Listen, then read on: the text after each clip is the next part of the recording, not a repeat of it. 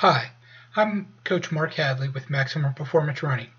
I'd like to talk to you today about the basic principle that governs how we physically train and improve as distance runners, the stress and recover principle. The stress and recover principle simply states that if we stress the body through running and then allow it to adequately recover, it will come back better adapted to that stress than it was before, i.e., we will become fitter.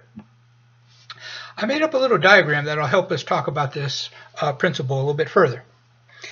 If we look at our fitness level on this axis here and time along this axis here, this bottom dotted line would indicate how we our beginning fitness level.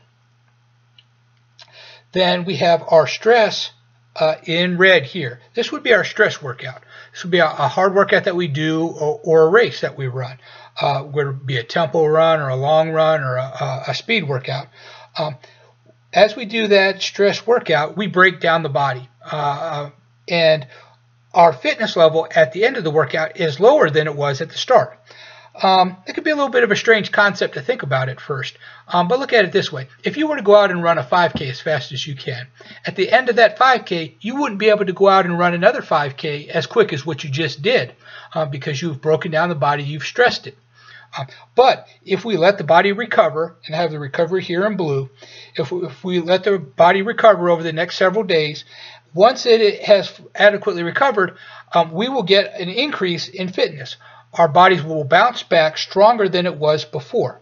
And this increase in fitness from where our original fitness level to where our new fitness level is called the supercompensation. And I put that here in green because that's sort of the cash money of our training. That's sort of what we're after, the increase, the bump in fitness. But it takes the two parts, the stress and then the recovery afterwards. And that's the basic principle that is called stress and recover principle, and it governs all physical training, and it's what we use to improve as distance runners. There are two equally important parts of this principle, as we just discussed, stress and recover. One without the other does not get the job done. So let's take a little bit closer look at each of those two components. First, the stress. In running, a stress workout would be a hard workout in which we significantly stress a system or multiple systems of the body by running either fast or far or some combination of both. We do a stress workout in a specific and sufficient manner in order to elicit a certain adaptation that we're after, whether that is to build stamina or improve our speed or to build endurance. Some examples of stress workouts could be long run, could be a tempo run, could be a speed workout that we do, or could be a race. Those are all examples of something that significantly stressed the body, and once we've recovered from it, will allow us to get fitter. But then the next important part is the recovery. And it's equally as important with the stress, because without the recovery, we don't get the benefit of that stress. In running, a recovery is what we do between our stress workouts in order to adequately recover from the stress that we just placed on our body. Generally, we tend to think of recovery in terms of the easy runs that we do in between our stress days or the rest days that we take. But there are other factors that are involved. Other factors in recovery include the amount of sleep that we get, properly fueling our bodies, both our hydration and the food that we take in, and then whatever recovery therapies that we might engage in. Those are things like taking an ice bath or a warm Epsom salt bath, stretching, doing some rolling, or even getting a light massage. Those are all things that can help and aid in recovery and are important aspects of the stress and recover principle. Most runners tend to focus on the stress workouts. Now, admittedly, that's the sexy part of training, what stress workouts that we do. But it's vitally important to remember that we're not going to get the benefits of those stress workouts until we've adequately recovered.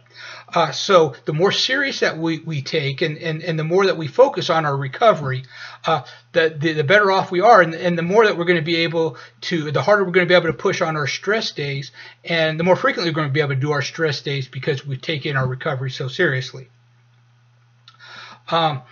it's important to know that there's no shortcutting this process. You can't skip one of the two steps. These two steps have to happen in order for us to get the benefits.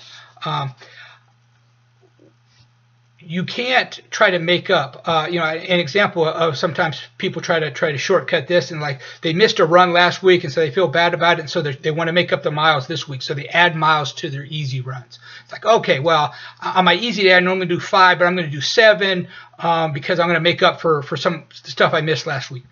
That doesn't work, because what happens is either A, we're not adequately recovering on our stress day because we're adding in extra miles we don't normally do, and that's more work, so our bodies aren't recovering, or B, we have to take an extra recovery day. We have to lengthen out our recovery in order to actually recover. So there's no sense trying to shortcut it. We should just focus on one stress and recover cycle at a time. We stress the body, allow it to recover, and then move forward, and not try to make up for any past times, but just focus on one stress and recover cycle at a time. Failure to honor this principle of stress and recover is probably the biggest single reason I see as a coach why people get injured, because we try to rush through and get another stress workout in without having adequate recovery, and we miss that super compensation that we were showing in the chart earlier because we've cut our recovery short before we did our next stress workout. So we didn't get enough recovery in, so we didn't get that super compensation, and so we tend to get stagnated, or worse, if we rush it too much, we just start breaking the body down and not allowing it to recover, and that way we get injured and we get sick and we get burnt out. So it's very important for us to be able to sustain training and be able to continue to bump up our fitness through the stress and recover, is that we honor both sides, the stress and the recover. It must be, this principle must be honored in order for us to train effectively, but it also must be mastered. We need to have it down and know our bodies and know what is an adequate recovery and how hard we can push on the stress days. We must master this above everything else if we are going to achieve our potential in this sport. This is the basis behind everything else. You have to master this first before you can really get the full benefit out of your training. Now, as we follow this principle and as our training moves forward, what we'll find is that as our body gets fitter and better adapted to the stresses that we're placing on it, we'll be able to do more on our stress days, meaning we can either run farther or faster on our stress workouts, and that we'll be able to handle a little bit more on our recovery workouts as well. We might have been doing 4 or 5 miles easy to recover previously, but as we get fitter, maybe we can handle 5 or 6 with the same amount of effort and still adequately recover. So as our body gets fitter, it just allows us to do more, and gradually it'll allow us to do it faster given the same amount of effort. I'll go into greater detail on the specific stress workouts that we can do to target different fitness adaptations, and I'll talk a little bit more about recovery and how do we determine how far we can run and what kind of pace range should we try to run in to get our adequate recovery. I'll cover all these a little bit more in more detail in future videos, but until then, run happy and be healthy.